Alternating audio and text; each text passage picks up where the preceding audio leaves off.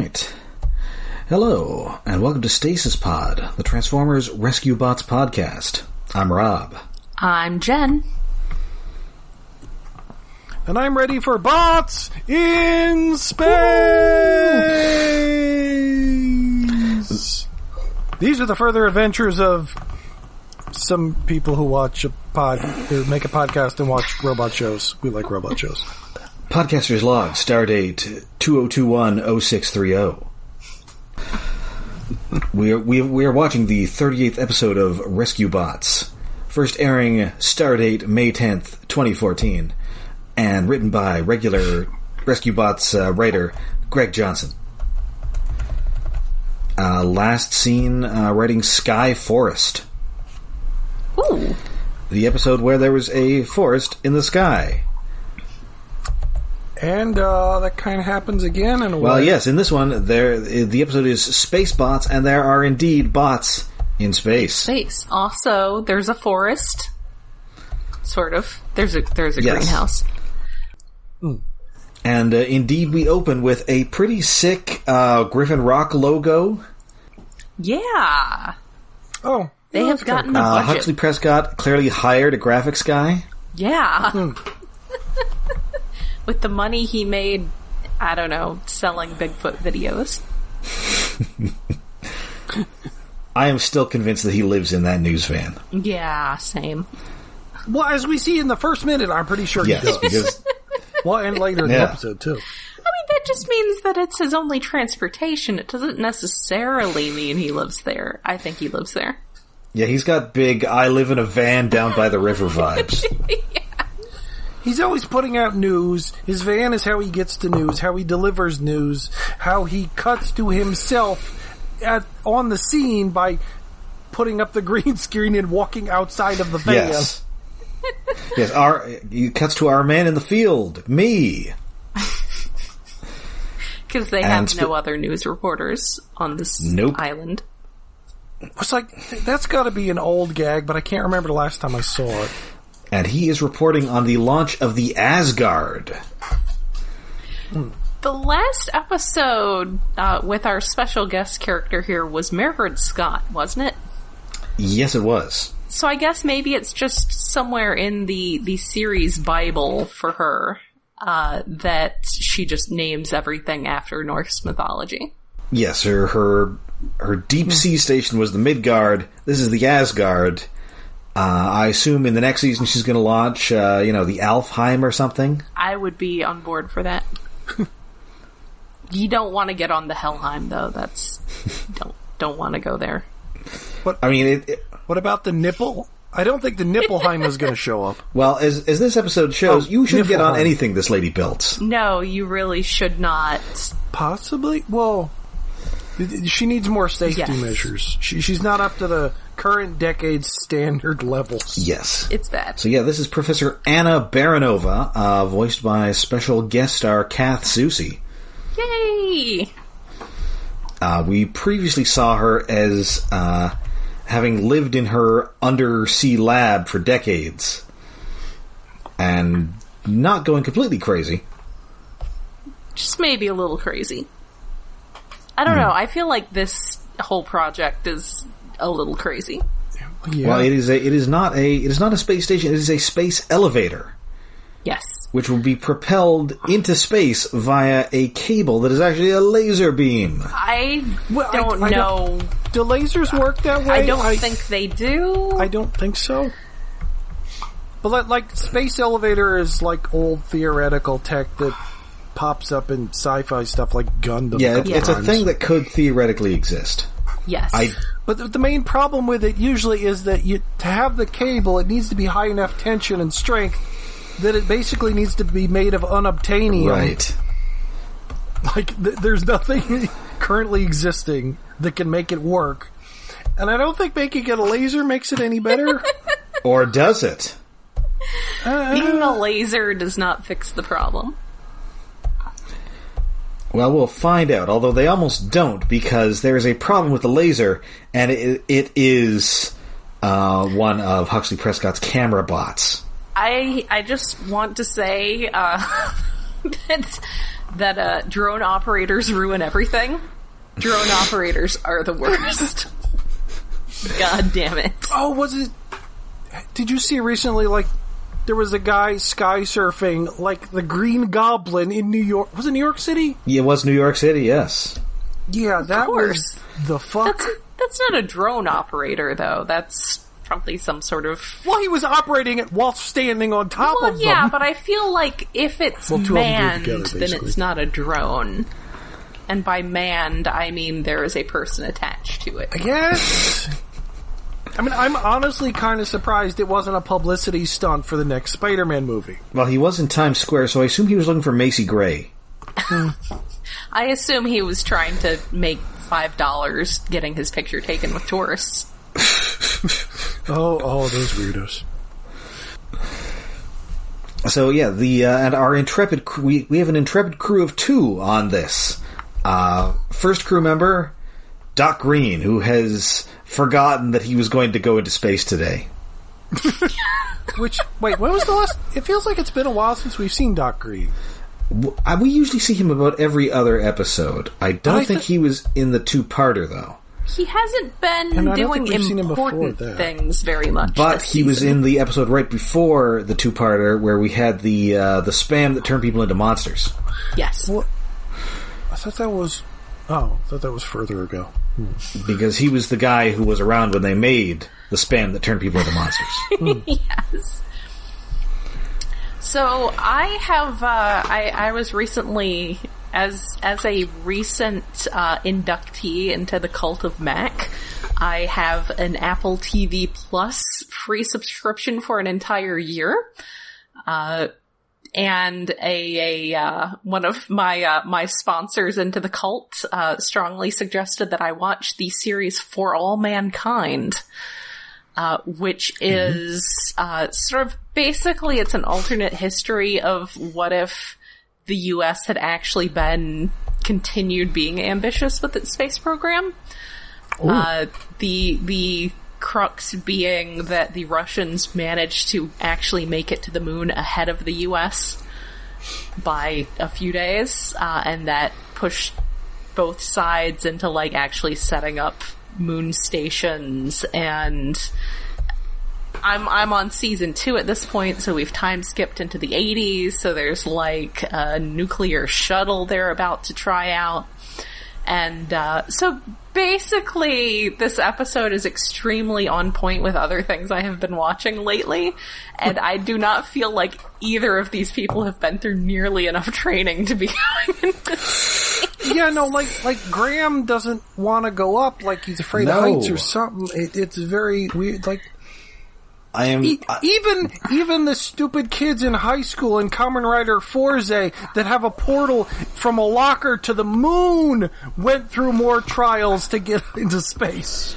I haven't seen it, but I'm going to assume the kids in the movie Space Camp had more well, yes, training. That's the entire point. Oh my god, I saw that I think movie. they accidentally get launched or something. I mean, I haven't seen that from... I don't think I've seen it since the 80s. I saw that movie so many times as... I should watch that again. That's one of those movies that I watched a lot as a kid, but haven't really watched since. I should see if it holds up better than Flight of the Navigator. Oh yeah, that's what I was about to say. I think I've seen Space Camp once, but I don't really remember it. But I saw Flight of the Navigator a bunch, and what was the other one where kids make a spaceship out of junk and visit some idiot aliens? Explorers? Yes, I saw that one way too many times, yet I forget the title. It's just I have not seen Space Camp, and I'm just now finding out that it is a robot voiced by Frank Welker in it. What? Yes. I don't remember nothing from that movie, like, then. Space Camp was legit one of my favorite movies as a kid. But no, Graham has basically the reaction that I would have to being told that I'm going to go into space, which is mostly existential terror. Yeah. See, this is sort of, and something that, you know, you sort of get the feeling for with this other TV series I have been watching, is that first, when you're testing the stuff out, you send Cade.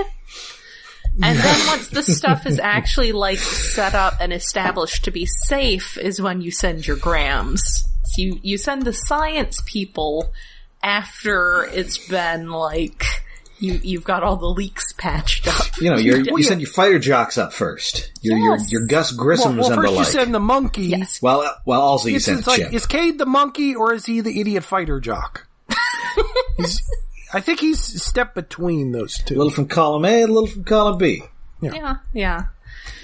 So yeah, you don't normally send your science people up first to test out your experimental space hardware because they don't really want to go, as we see, until someone else has proven it safe. So yeah, a little surprising that it's not Cade getting sent up. But yeah, it is. Tara, that movie Gravity. Well, an excellent movie. Just bone chilling. There is nothing worse than dying in space. Yeah, I could not bring myself to watch it. That was the sort of thing with watching For All Mankind, is that, you know, when I was a kid, of course, being the 80s, I wanted to be an astronaut. My parents were like, oh, you have to have 20/20 vision, and maybe you have that while you're 8, but no one in our family doesn't wear glasses into adulthood. And that's kind of cold, because my parents weren't that great at parenting.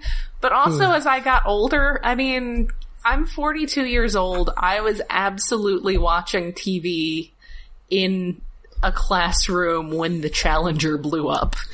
Ooh. So there was the point when I was a little older when I was like, space is terrifying. Space is like, it's really scary. Like, there's so little keeping you alive. It's just like some Teflon and some hoses, and space is terrifying. Life in space is impossible. I probably would have grown out of it anyway. Because space is terrifying.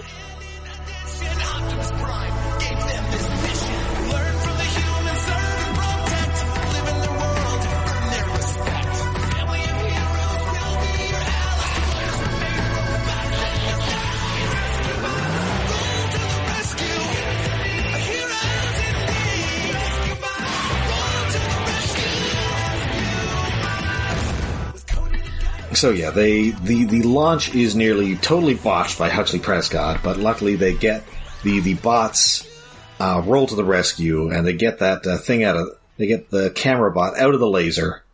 They have to have mortal peril in order to start the episode. Yeah, the weird thing is, like, a countdown is so, like, you have a countdown so that if there's a problem, you can stop.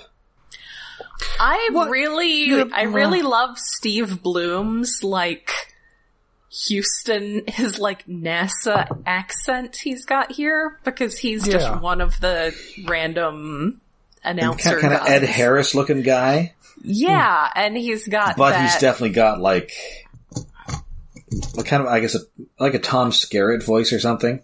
Yeah, it's like a slight southern accent, but it's so slight it feels like, wait, is he actually from the South? I have no idea where he's from. Neither do I. I mean, I guess wasn't a lot of Funimation stuff around Fort Worth to begin with? But I don't know. Yeah, or... No, well, first I think it was they did Canada stuff, then they went to Texas, and everything's been in Texas, but I don't know if that's where he's from.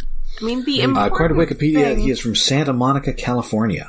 Oh, that so also yeah, it's an accent. But yes, everybody, you get a lot of Texan and general Southern accents in your NASA command centers, because that's where they're located, is in the southern U.S., where it's warm. But I appreciate him having that NASA accent. It's a good touch. So, they, there's a launch, everything's fine, and, Professor Baranova promises Frankie, who is very concerned about her dad, that, if anything goes wrong, I promise, we'll let you know. Frankie knows. Frankie knows space is terrifying. Yes, and in fact, Graham knows it more because he's panicking at every little noise. Oh yeah. Well, once we get back up there to him. Yeah, I would have definitely been Graham. And like, is that hose coming loose? Is that something hitting the hull? I don't know if I'm more paranoid at the existential. Well, the trip up and down are probably the worst bits, but once you're up there, it's like, Yay, cosmic radiation is hitting me. The shielding can only do so much. Oh, what if a hose breaks? I love We're cancer. going to freeze to death and get rid of oxygen. I mean, you could fall under the ice in a lake and you'd die quicker and possibly more painfully. It would take longer if you're just drifting out in space, but it's a nice sure. view. You've got a long time to think about how you're going to die. Yeah. I mean, I can think of a worse ways. Burning to death would suck ass. Faster, Not though. for long. Space, Yeah. it's like you could think. And also, you can probably burn to death in space. Yeah. Well, yes, if you get caught by the Earth's gravity, yeah, but unless you're in a Gundam, that's probably not going to happen. You'll just float around a bit. I want to be in a Gundam. And indeed, once they get to the top of the elevator, Graham totally pukes. Yes. And Greene remembers that thing that he forgot to bring, the air sickness bags. But that's okay, because Graham has apparently found his lunch bag. Yes. And, the bots are wondering, if they should have gone, even though that's a lot of extra weight to add. Yes. Yeah, that's your giant metal people. You're very heavy. Come on. And also, despite being from space, they've never been in space. Right. Well, they said they've never done a space rescue. Mm-hmm. They've been in space because most of the time they were in space, they were in stasis. Yes. Yes.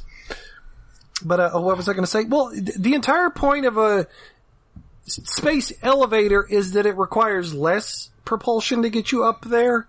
Mm-hmm. Like you're partially using the Earth's just swinging you around to get up, which is why you need a really strong. It's such a weird concept that will probably never work. Anyway, Lasers are not going to help. It being a laser is not going to make it suddenly work. Yeah, also not helping this meteor they just saw. Yes. Oh, yeah. More fun with astrophysics. Yeah, but, the doc says, I've been watching that meteor for ages. It's not going to hit anything. Except it hits a bunch of asteroids.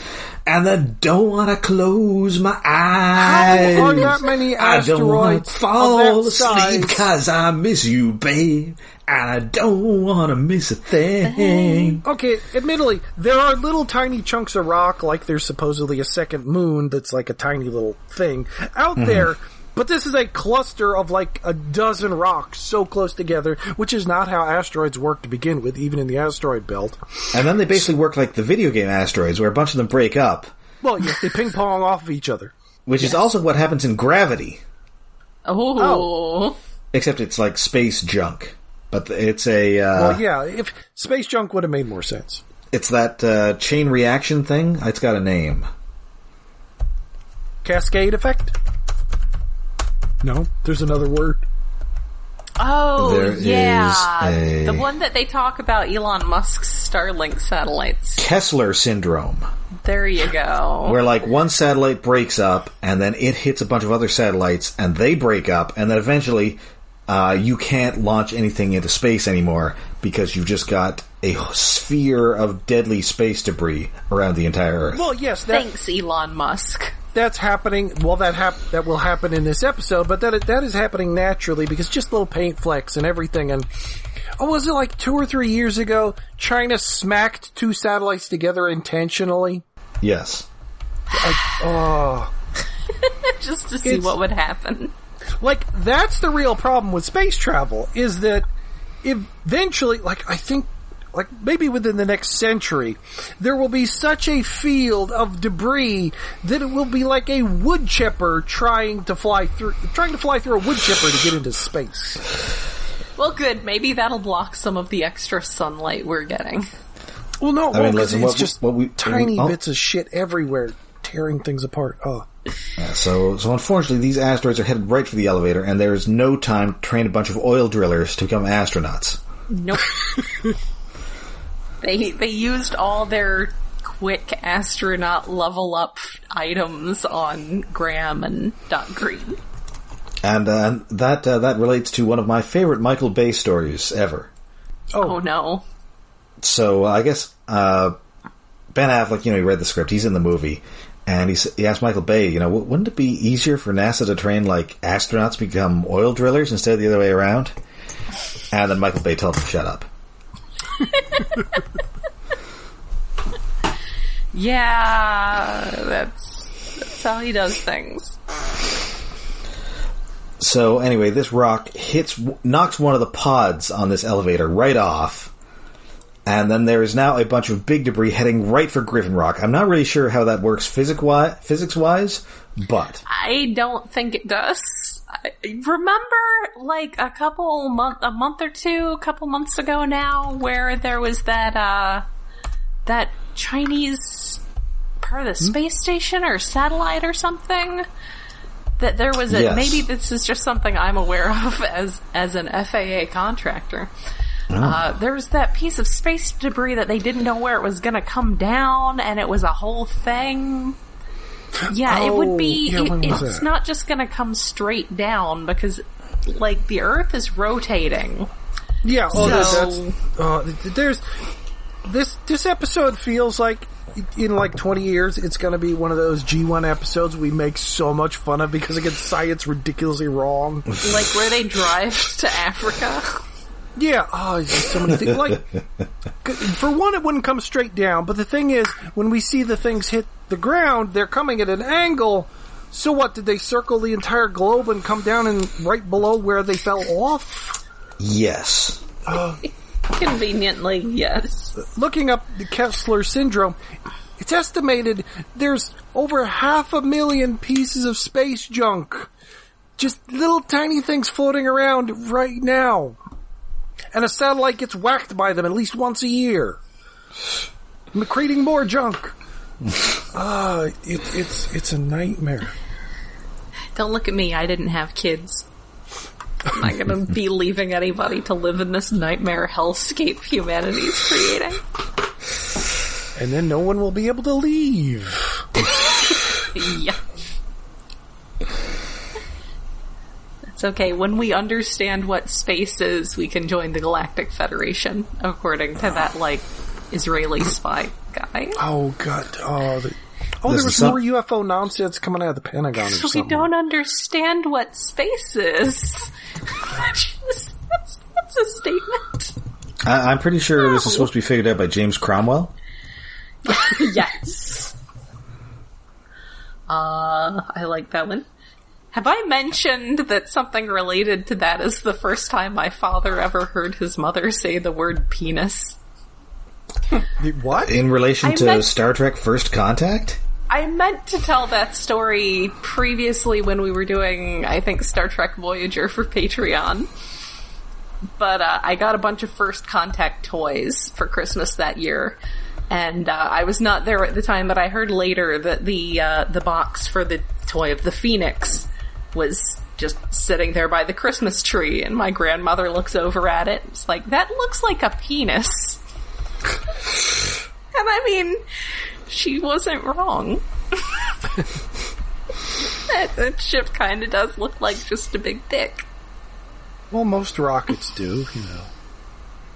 So anyway, yeah, but they don't always have the bulbous head. Well, yes, it narrows and gets bulbous, yes. Where were we in the episode? Oh yes, meteors crashing. So they've got to save debris now, and they do it by selling some toys and also foaming it. I do appreciate that we get selling some toys and also a call back to Doc Greene's foam, because that's pretty fun. Yes, you have just been foamed, says Chase. Yes, he has to notify the And then also Boulder saves a bunch of hippopotami. And he's sure that they would thank him if they could. Oh, hey, a Hungry Hippos plug. Cross promotion. No. And then also they have to save the drive-in theater, where Huxley Prescott is indeed watching in his news van. Oh, yes, news is finally happening and he's watching a movie. Yeah, shouldn't he be, like, reporting on all of this? Well, yes, but also it's nighttime. Yeah, he's got to take a break sometime. I'm watching the movie, I turn my phone off. Yes. Oh, speaking of movies, the little tiny theater in one town nearby that only has two screens and very narrow theaters is apparently open again and didn't entirely close. Even though they had a sign for a while complaining about the governor for shutting down businesses, as they should be. Yeah.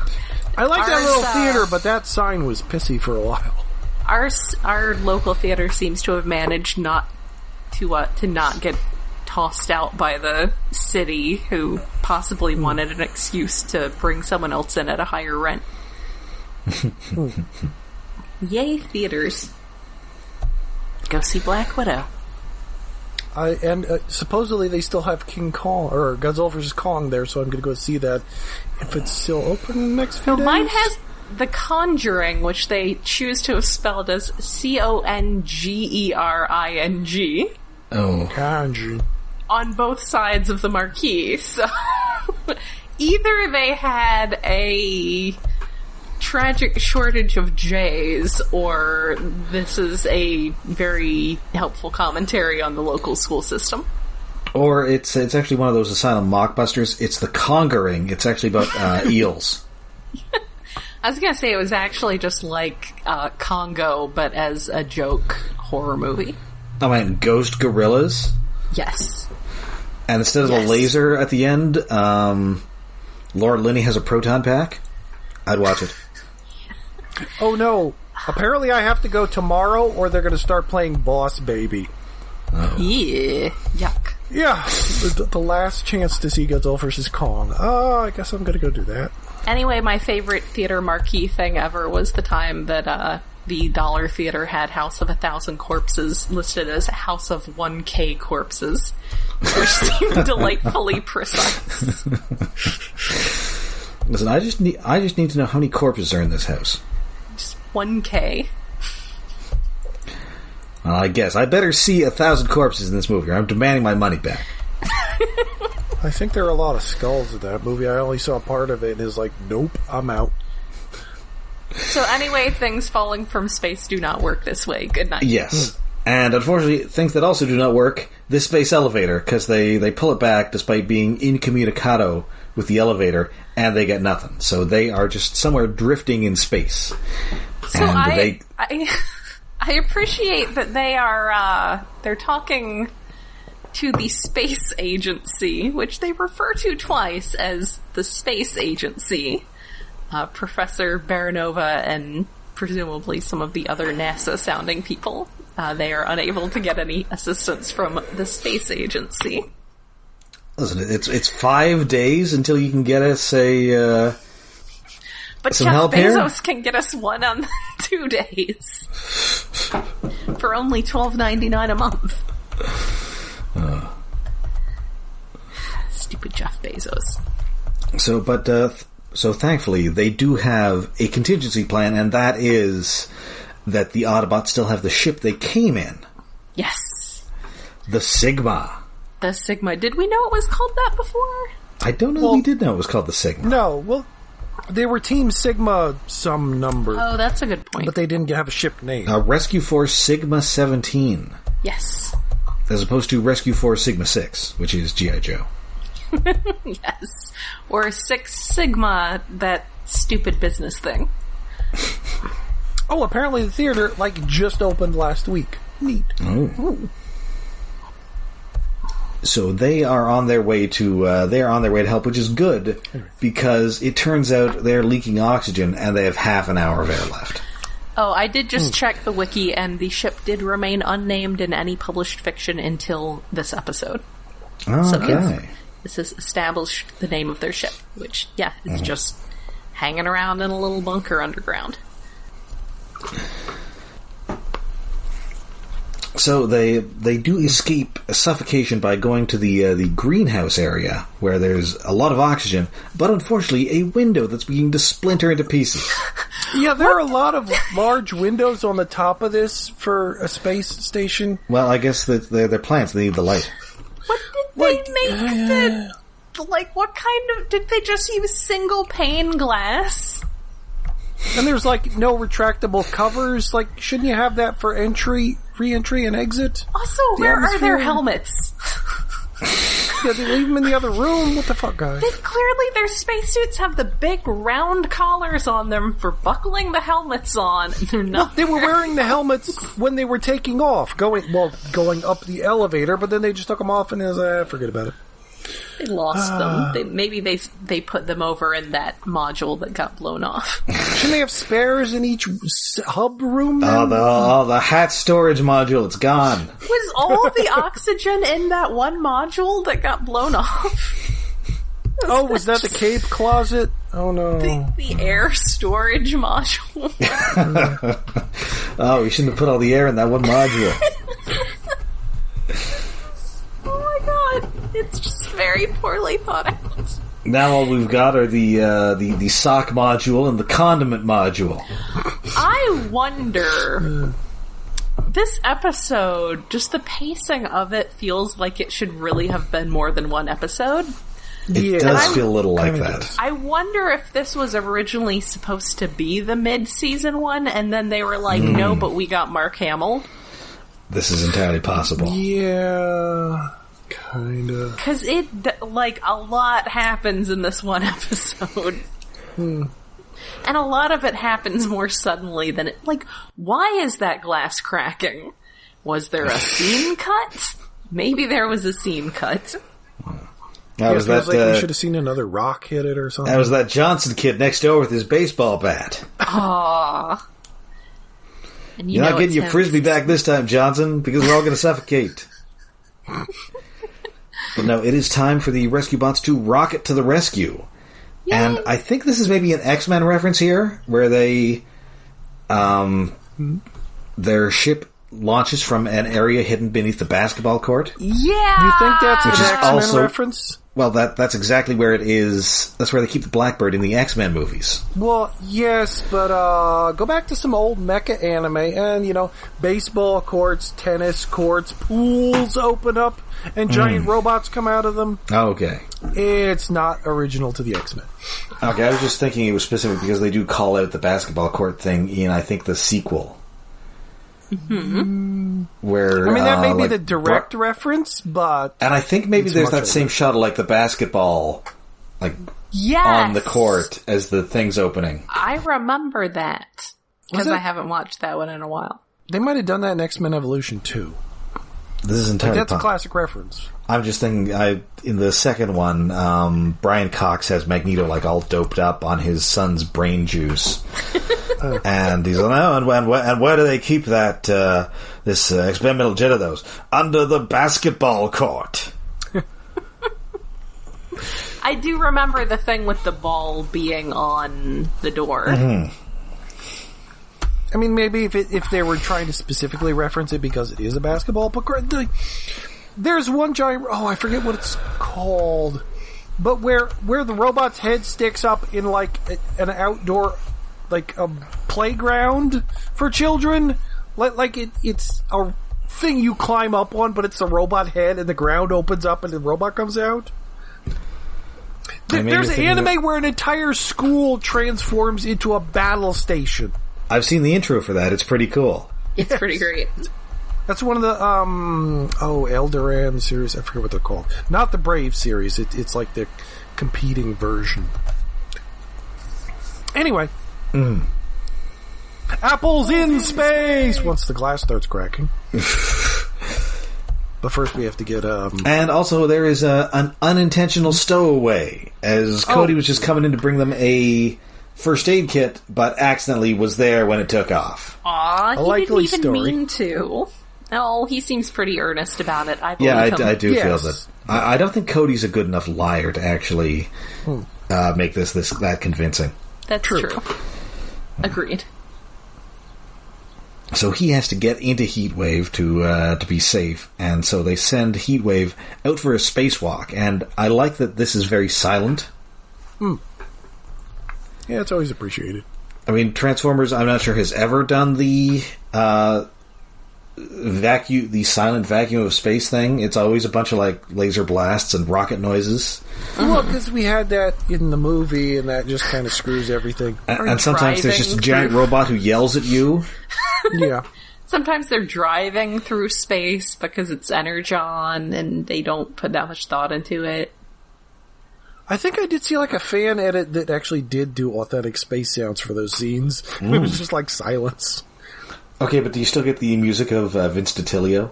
Well, probably. Yes. Sorry, Vince DiCola. Yes. You get the nice background music. He definitely needs some Vinstacola. And then eventually Unicron switches from external speaker to Wi-Fi, I think, or something like that. And Megatron's just yelling at nobody. No, you turn on your Bluetooth. No, wrong channel. You're muted. How's this guy even going to know he's named Galvatron? Oh man, that's why he never figured out what the deal with that other Cyclonus was. Oh, he joined the wrong Discord chat and Armada was just lost forever. Oops. So Heatwave, he rescues Doc and Graham. He gets sucked into space by this shattering window. But luckily, Cody he figures out that Heatwave can use his finger water blasters as propulsion. Like a jetpack. Yeah. So he whooshes on over there. And they are in an episode rife with inaccuracies. What happens with the water in zero gravity is accurate. It's weird. Yeah. So good job with that one thing. Yes. But putting more, like now there's ice chunks. Admittedly, the little chunks of ice are the least of the things that happens and gets put into space. There's apples in space. There's so much debris from this giant thing everywhere. Admittedly, they do manage to salvage it, which still confuses me how they got it to re-entry and it didn't break up even more, but... Yes. So much space junk. It's bad. Anyway, so they tow this elevator back to Griffin Rock. Everybody's very excited to, be alive and also on the ground. Yes. And also, they haven't really figured out what they're going to tell Professor Baranova because she's not in on the robot secret yet. I feel like at this point she probably should be, but yeah. I think she eventually is. Probably. Maybe that's something that has to happen during major episodes, and since this was feels like it was going to be a major episode and then that wasn't. Got cut out, yeah. Well, and of course, in the last two-parter, somebody else did find out about the robots. Yeah, see? That's what you do in the two-parters. They got Mark Hamill, so that got changed. Although it seems like that's a thing they should have thought of on the way down. It's like, let's just drop this in the water. Yeah, well, we had a splashdown, and then we bounced. Yes, we had a splashdown, and then we floated ashore, and then carried it, like, a mile inland. Yeah. It's fine. We got the robots to do it. Despite the odd inaccuracy, it is a fun episode. I enjoyed the space stuff. I enjoyed the existential terror of being in space. It's so scary. Yeah. It's not okay. It's good. It's space elevator, nice idea. The science is dubious. Yeah, next time they're just going to have to build a great space coaster. Yep. Maybe they should just... Maybe people should just leave these things to the space agency. Oh, yeah, they're apparently not allowed to say NASA, which makes sense. It wasn't until the most recent Skylinks, I think, is the only thing that has NASA on it. And also the two... the two Micromasters. Yes. Yeah, I forget the names. His two Micromaster buddies. Phaser and Blastmaster, I want to say. Yes. Mm. Oh, we're getting closer and closer to Blaster. Well, I mean... Blastmaster is like a vintage 1990 name. These days, apparently, NASA has to make all their money, has to pay for all their funding through licensing to people who are nostalgic for the days when we had a functional government. I mean, I'm fine with that. Do some licensing to get me more little moon rovers who are adorably personified. And are actually way bigger than you think. Like, it's shocking when they show them, like, the mock-ups of them on Earth in a garage standing next to a person and they tower over the person. It's like, I thought you were like 2 feet tall. What the fuck? They are not actually battle bots. No, I thought they were like a little bit bigger than battle bots, but no, they're as big as a truck. Yes. Alright, so that is Spacebots, and I believe that now brings us to David's Tokusatsu Corner. Oh yes, this week on Gosei Sentai, Die Ranger, Drunk on Tofu! I mean, I'm aware it's fermented, but I don't think it worked like that. I don't think it's fermented. I'm not even sure I know what tofu is, even after watching this episode. It doesn't show you how they make it. It's just... There's like... The monster of the week is dressed up like a juggler Charlie Chaplin mime who transforms into a tofu hermit monster who ends up challenging the Yellow Ranger, who's the drunken boxing style ranger, to a sake drinking contest. And I want to be a tofu hermit. How do you become a tofu hermit?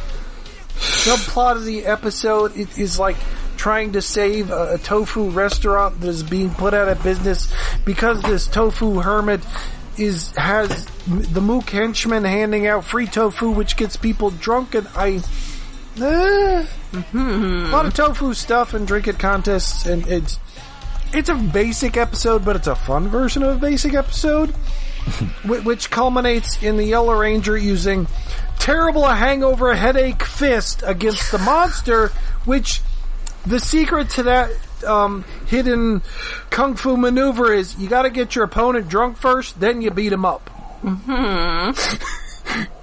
Because in the drinking contest, like, some of the other Rangers dress up in the mook costumes and switched out the Yellow Ranger's sake for water, so he was just drinking water and the monster was drinking all the sake. And sure, like, you win by cheating? This sounds like absolutely not something that would be considered appropriate for American children. No. British children, maybe. British children, maybe. Presumably this monster showed up in a Power Rangers episode, I would guess. It doesn't look that weird. It's got horns coming out of its tofu cube shaped head. So maybe they made him a musical monster in Rangers. Maybe. I don't know. I do remember that there was an entire episode that they spent the, like, American actor part on explaining what a pachinko machine was so that they could then have a pachinko machine monster. Oh, silly. They had to establish what this actually is first. I'm a little surprised they didn't just try and explain it was a pinball machine. Yeah. Yeah, it's like a pin. You know what a pinball is. It's very basic. Yeah. Oh, and when the monster turns big, there is a Zord fight, but the monster steals the Zord's giant sword before it can use it on the monster. What? But it turns out that the giant sword has like a security taser setting on it that electrocutes the monster, and he drops the sword and then gets cut in half. Giant security setting. Oh, apparently it was called Trumpet Top in Power Rangers, so yeah, it was probably just a musical monster, because he has horns coming out of his head for some reason. That's boring. Anyway, that's it. It's a fine episode. Nothing wrong. Alright, so... Drunken boxing. Thank you for listening. We'll be back again next week with more Rescue Bots. Until then, you can find us all over the internet. We are on Twitter, we're on Facebook, and we have a Patreon.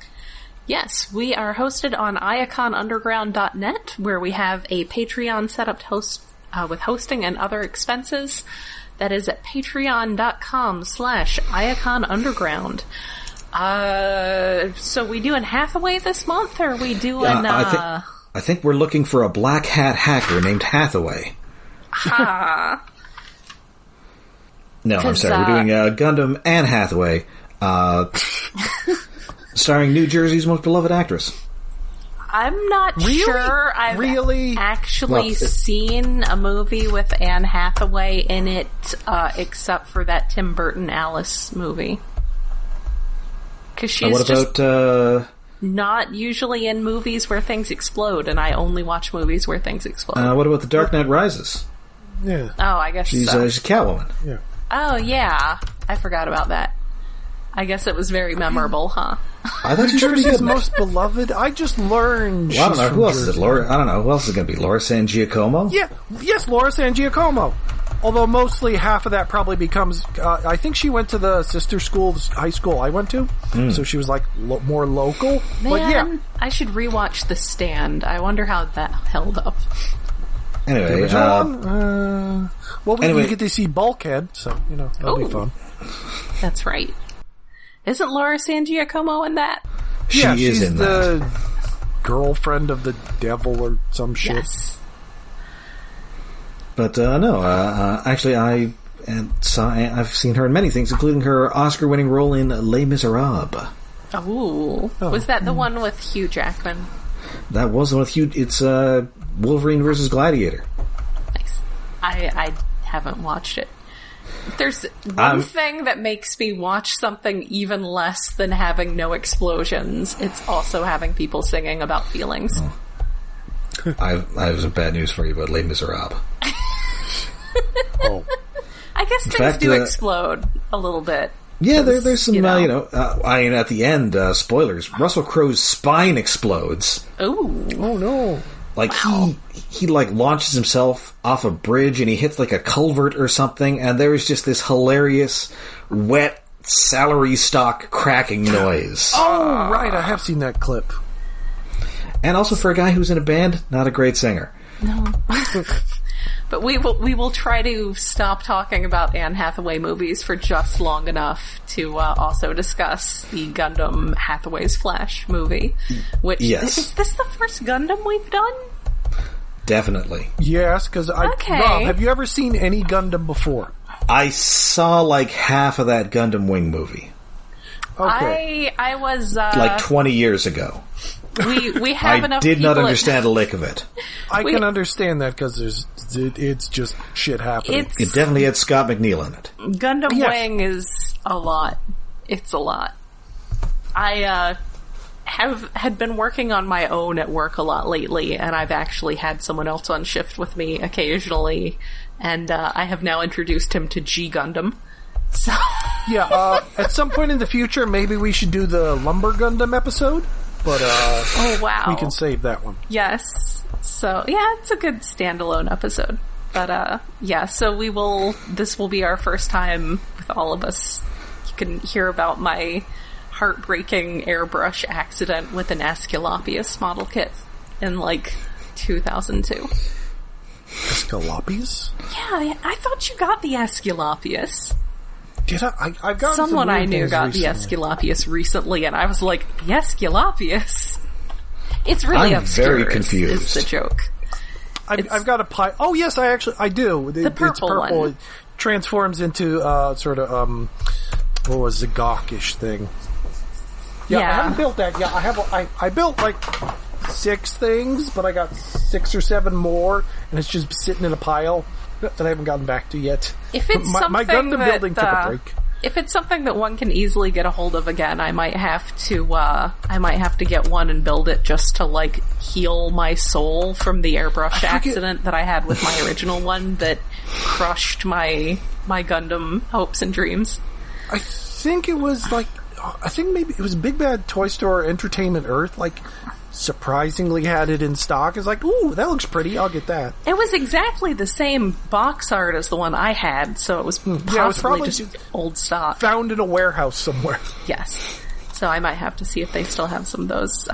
Also, my crowning achievement was the time that I entirely painted Javelin kit, and then I found this semi-gloss clear coat to put over top of it, and I put that over top of it, and it looked exactly like it was made out of molded plastic. I painted it the color it was made in, and then did a clear coat to make it. Why did I bother painting it at all? Yeah, it's the thing. My success at painting things is not good. So I try not to do it because either I always seem to end up with oh no, this paint actually went old, or black. Black always seems to gob up on me. I was pretty good 20 years ago. Alright, so please join us for our upcoming Patreon episode where I try and figure out what the hell these two are talking about. Yeah, it will be explaining, but it was a choice between that or Char's counterattack, and I think we'd have to explain more shit with Char's counterattack. If you turn an X, it's still an X. Sometimes it's a plus. I've read a bunch of X-Men comics where that happens. That's a good point. Maybe it's not a full 180-degree turn like the turn A. It's just a 90 or a 45-degree turn. So now I feel slightly better about the turn X. So until next time, when we take the bull by the horns, I'm Rob. I'm Jen. And I'm Quattro Bagina.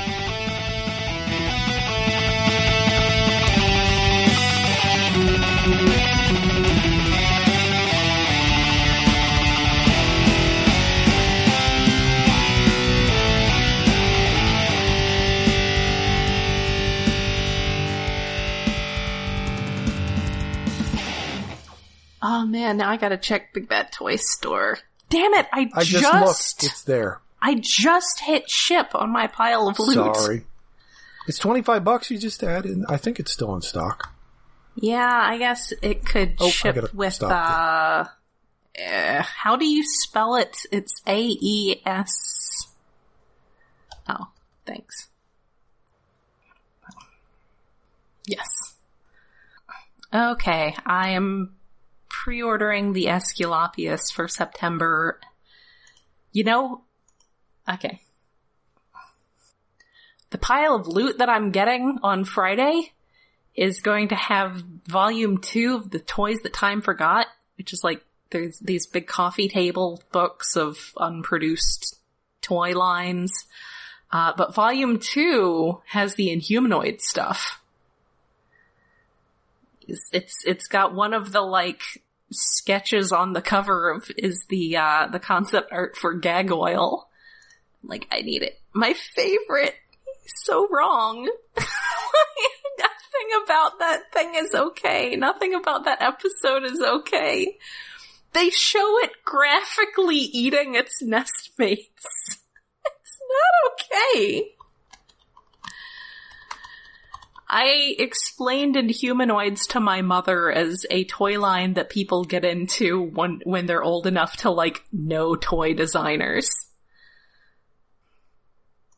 Alright, here, I'm gonna post a link to the book in the episode planning chat. It's sold out now, so I guess I'm really glad that I threw that on my pile of loot a month and a half ago.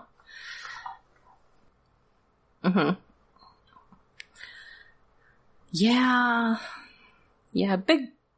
I mean, I'm okay with waiting for stuff, but yeah, it did take them forever. But yes, this is sold out now, so I'm glad I ordered it and threw it on my pile of loot like a month and a half ago. It's got Gag Oil! See, he's up in the top left corner. Everything is so wrong. Everything about Gag Oil is so wrong. I'm still recording the last episode. I'm gonna stop that now.